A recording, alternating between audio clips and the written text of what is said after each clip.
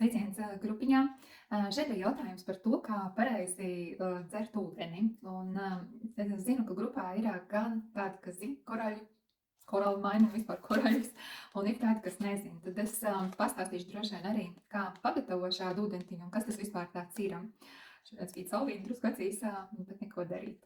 Tātad korāla maina, es ļoti īsti pastāstīšu, ir pētījums par korālu mainu, zinātnisks pētījums gan krievu, gan angļu valodā, ja kāds grib, droši jautājiet, es nosūtīšu jums šo pētījumu, bet īsumā korāla maina, tātad ir korāļu sadrupināts korālis. Jau tā kā miruši korāļi, tā kā dabai un ekoloģijai nekāds kaitējums netiek nodarīts no Japānas Okinavas salām, jā. Tātad šie te korālīši ir dabūt ārā no jūras un viņi ir pārstrādāti. Viņos ir vismaz 70 mikro-makro elementi. Ieliekot, es varbūt attaisīšu vaļā, tad mēs atklājušam paciņu. Šādā vienā paciņā ir 10 sašē šādi te maisiņi, un iekšā tur ir korāļu smiltiņas, kas ir ļoti vērtīgas, tātad ar 70 mikro-makro elementiem. Un ko mēs darām? Mēs sagatavojam 1,5 litru ūdens. Šīs maisiņš domāts ir uz 1,5 litru ūdens. Siltu ūdens, jābūt ķermeņa temperatūrai apmēram 38 grādiem, nu varbūt silts, jā. Un tad mēs ievietojam maisiņu, un pēc 5-10 minūtēm viņš ir gatavs. Es šobrīd nelikšu, jo man nav nepieciešams ūdentiņš, jo savu porciju esmu izdzērusi šodien. Un jā, tātad mēs ieliekam. Un ko tad šis maisiņš izdara ar ūdentiņu? Tātad pats ūdens mums ir jābūt viņam kvalitatīvam un tīram. Ļoti labi, ja ir pārbaudīts krāna ūdeni. Nevajadzētu lietot, jo tas tomēr skaitās tehnisks ūdens. Un arī ar filtrētiem ūdeņiem ir ļoti jāskatās, jo mēs esam mērījuši. Ir tāds ORP metrs, mēs esam mērījuši, kad ir filtri, kad izfiltrējās ūdens, pēc tam ieliekot šo maisiņu, ūdens vairs neatdzīvojās. Ko nozīmē dzīvs vai nedzīvs ūdens? Dzīvs ūdens ir negatīvi lādēts ar mīnus zīmīti, savukārt nedzīvs ūdens ir ar plus zīmi. Lielākoties visur, gan pudeļūdens, gan jebkurš ūdens pārsvarā ir ar pozitīvu zīmi, tātad nedzīvs un organisms, kad mēs viņu dzeram, organisms, lai viņu dabūtu šūnā iekšā, viņš viņu pārveido par negatīvu, tātad patērē enerģiju, lai viņu pārveidotu. Lūk, un jā, vēl ir arī zemes spraigums, kas nozīmē, ka viņš ļoti labi uzsūcās šūnu, viņu pieņem, ļoti labi uzsūcās, ātri uzsūcās, iesūcās šūnā, viss iziet cauri. Tā kā tas, ka jūs dzerat varbūt tās kaut kādu parastu ūdeni, dienā daudz, jā, nezinu, piemēram, 2-3 litri, tas nenozīmē, ka viņš viss iesūcās caur šūnu iziet, jā. Bieži vien vienkārši mēs izdzeram un arī aizskrienam stolīt un nekādu labumu šāds ūdens mums organismam, tā kā visas tās funkcijas, ko viņam vajadzētu pildīt, viņš nepilda. Lūk, tātad šis ūdentiņš mums padara dzīvi tādu, ko mēs uzreiz organisms atpazīst un uzņem. Un vēl korāļu kalcijs ir, tā struktūra ir ļoti līdzīga mūsu kaulu struktūrai. Līdz ar to arī tas palīdz mūsu kauliem. Ja?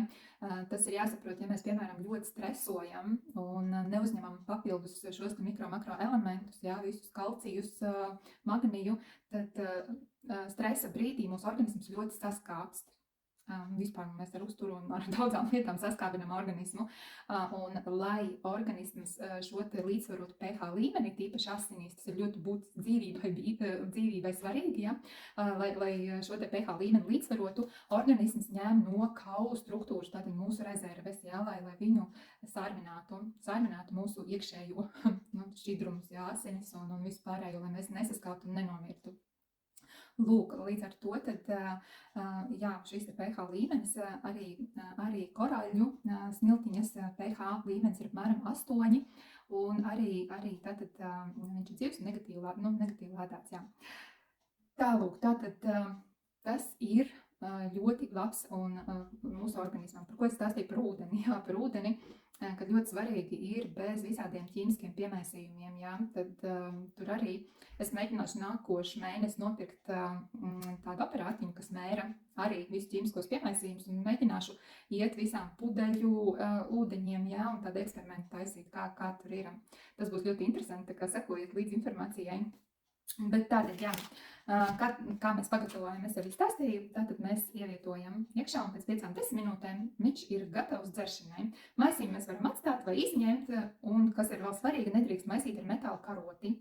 Vajag vai nu plastmasa, vai es ļoti iesaku, es izmantoju šos te koku irbulīšus, ja, kas ir domāti suši ēšanai, nu, un tad es vienkārši apmaisīju ar koku, jo tad, kad mēs ar metālu karoti ieliksim vai kādu metālu, viņš izreaģēs, ja, un kļūs atkal nedzīvs. Tā kā tas ir ļoti būtiski. Un tad, attiecīgi, mēs dzēram ūdentiņu no paša rīta. Ja, kad pamostamies, mēs nesākam ar kafijām, tējām, maizītēm un vēl sazinu, ko mēs sataisam ūdentiņu. Ja vajadzīgs vairāk laika, mēs ceļamies agrāk, ja. Sataisam ūdentiņu, protams, 1,5 litru mēs uzreiz nedzeram. Mēs dzeram svarīgi pirms brokastīm izdzert 640 mililitri. Nu, aptuveni, ja. Tas ir apmēram 3 glāzes ūdens. Un ko tas dod? Mēs no rīta izskalojam mūsu zarnu traktu, jo ūdens uzsilcās rasnajā zarnā. Viņš iziet cauri visam zarnu traktam un uzsilcās rasnajā zarnā, kad ir tukša dūša. Un tas arī ir ļoti svarīgi mūsu veselībai. Tad sakārtojās arī visa gramošanas sistēma. Kā mēs dzeram? Jā, kā mēs dzeram, lietojam, noteikti nelietojam ēšanas laikā. Tātad mēs izdzeram ūdentiņu, tad mēs kādas 15-20 minūtes pagaidam, tad varam ēst brokastis, un pēc brokastīm, pēc jebkuras ēdienreizes apmēram 1,5–2 stundas, atkarībā, ko mēs esam ēduši, cik smaga vai viegla bijusi maltīte, mēs attiecīgi pēc 1,5–2 stundām, kad atkal ir tukša dūša, ja, kad viss ir sagramojies, aizgājis tālāk no kuņģa, un tad mēs atkal varam atsākt dzert koralmainu ūdeni. Es pastāstīšu savu, kā es to daru, jo viņš arī nav, tad, kad mēs ievietojam ūdenī, nebūs, nu, tā kā visu laiku mēs rītā varam dzert to pašu ūdeni. Nē, koralmaina kaut kur pēc 4 stundām arī izreaģē un paliek atkal nedzīvs. Tāpat arī avotu ūdeņi, ja, kad daži ļoti reti, kad tagad ir mēra, tad ļoti reti, kurš avotā ir dzīvs ūdens. Un dzīvs viņš ir tikai pašā avotā, tik līdz tu viņu pasmēl, paņem līdz uz mājām, tā viņš izreaģē arī.